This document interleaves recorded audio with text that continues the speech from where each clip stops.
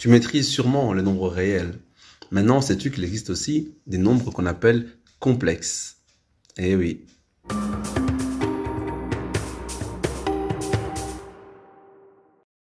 Bonjour à tous et bienvenue dans le programme de mathématiques. C'est un programme de 6e secondaire et le titre d'aujourd'hui sera donc les nombres complexes. Voici une situation très simple. Racine de 25, ça vaut combien? Ça vaut 5, évidemment. Maintenant, racine de moins 25. Ah, c'est plus compliqué. Est-ce que c'est moins 5? Bien sûr que non. Si je prends la racine de 25 et que je dis que c'est égal à 5, cela veut dire que 5 au carré donne 25. Moins 5 au carré ne donne pas moins 25. Donc ça ne fonctionne pas. Ça veut dire ici que une racine d'un nombre réel positif est facile à trouver. Par contre, la racine d'un nombre réel négatif est impossible à trouver dans les nombres réels. Donc la réflexion ici, c'est de trouver une solution pour la racine d'un nombre réel négatif. Donc on a racine de moins 25, de moins 100 et de moins 37. Qu'est-ce qu'on remarque? On peut séparer ces racines en racines de moins 1 fois le nombre. Donc ici, racine de moins 1 fois 25, racine de moins 1 fois 37. On peut également séparer donc les nombres en deux racines différentes. Donc on a racine de moins 1 fois racine de 25 pour le premier. Les trois exemples ont un point commun qui est donc ici racine de moins 1. Donc voilà le problème à résoudre. Si on trouve une solution pour racine de moins 1, on trouve une solution pour tous les réels négatifs.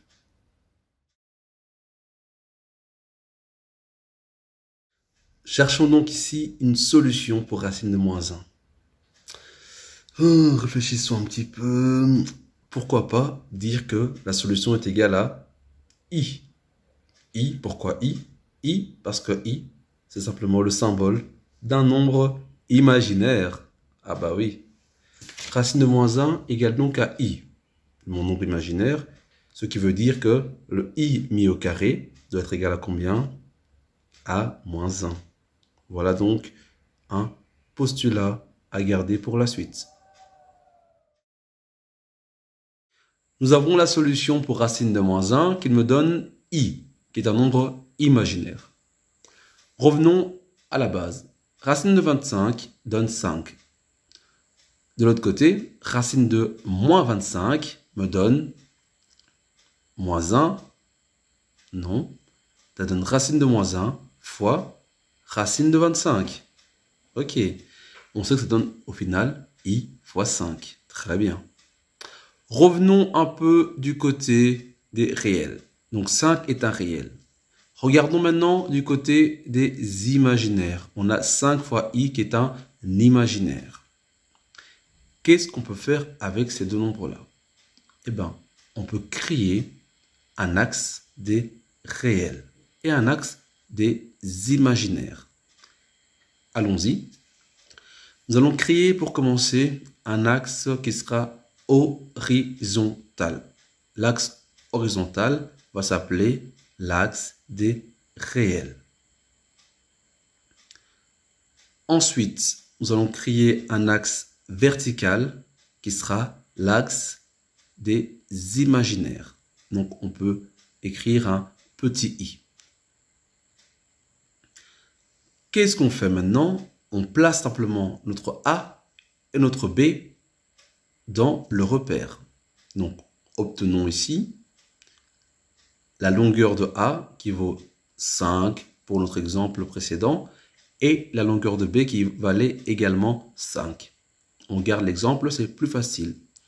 On trouve par coordonnées, donc le point d'intersection ici, qui va nous donner le nombre complexe qui sera donc combiné de quoi? Combiné d'une partie réelle avec une partie imaginaire. Ce nombre complexe va s'appeler z et ici il vaut 5 plus 5i. Et z appartient évidemment à l'ensemble des nombres qu'on va appeler les nombres complexes. Donc Z appartient à C. Z égale à A plus BI, ou alors Z égale à A plus IB. Ce Z appartient à C, c'est-à-dire qu'il appartient à l'ensemble des nombres dits complexes.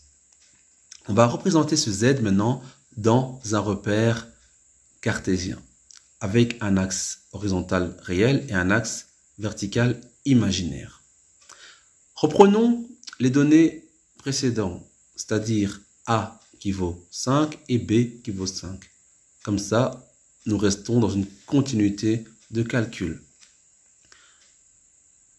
Nous trouvons donc que grâce aux coordonnées, c'est-à-dire à la partie réelle combinée à la partie imaginaire, nous avons un nombre Z qui est donc un nombre complexe qui est égal à 5 plus 5i. Maintenant, ce qui nous intéresse ici, c'est de représenter ça dans un repère trigonométrique. Pour cela, il nous faut un axe radial, donc qui démarrera de l'origine vers le Z. On a en fait un segment. Ce segment a donc une longueur qui peut facilement être déterminée car il appartient à un triangle rectangle composé de A et de B. Ça veut dire que R carré vaut donc A carré plus B carré.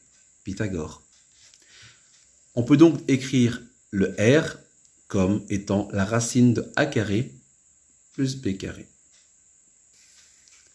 Maintenant, il nous faut un angle. On va déterminer un angle à partir de R et de l'horizontale. Cet angle peut s'appeler θ. Grâce à cet angle-là, on peut effectuer des projections, donc de réalisant sur l'horizontale. Ça me donne donc ici le A. Le A est égal à R cos θ. Effectuons la même chose sur la verticale. On obtient donc ici le B. Le B est égal à R sin θ. Si je divise le B par A, j'obtiens donc R sur R qui donne 1 et sin sur cos qui donne tangente. Ça veut dire ici que B sur A est égal à quoi? À tangente θ. Et donc, le θ vaut simplement, mais oui, je vous laisse trouver, θ est donc égal à arc tangente de B sur A. Ce θ est appelé l'argument. Voilà comment on peut donc déterminer un nombre complexe dans un repère trigonométrique ou dit polaire.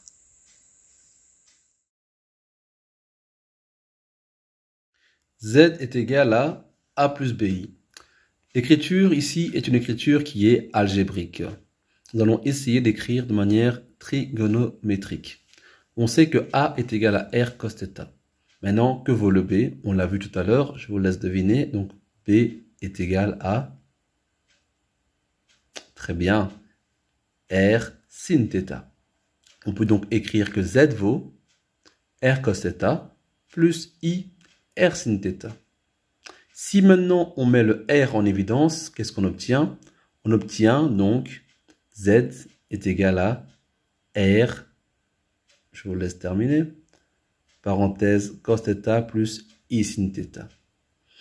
On va créer maintenant une écriture plus compacte qui s'appelle donc le 6. On va écrire que Z égale à R 6 θ. Le 6 veut simplement dire ici cos θ plus I sin θ. Nous allons faire ici un exercice récapitulatif qui va donc permettre de passer d'une écriture algébrique à une écriture qui sera dite trigonométrique. Donc on prend un cas concret, Z égale à 5 plus 5i, oui, encore, où A égale à 5 et B est égal à 5. On peut trouver facilement R, qui vaut donc racine de A carré plus B carré. Ça donne donc racine de 25 plus 25, donc racine de 50. Passons maintenant à l'angle, donc l'argument θ. On sait que θ vaut quoi? Vaut arc tangente de, je vous laisse deviner, B sur A, évidemment. Et donc, ça vaut aussi pi sur 4. Car B sur A donne 1. Et arc tangente de 1 vaut pi sur 4. On peut donc écrire que le Z vaut R. Le R qui vaut racine de 50, évidemment. Donc, on a racine de 50 fois cos θ plus I sin θ. On peut écrire ça de manière compacte. Donc, que Z est égal à racine de 50, 6 pi sur 4. Bravo à tous, la leçon est terminée. On a donc pu regarder la manière dont on composait un nombre complexe, l'écriture donc algébrique et l'écriture trigonométrique. La prochaine leçon portera sur la résolution d'une équation dans ce champ justement des nombres complexes. À bientôt.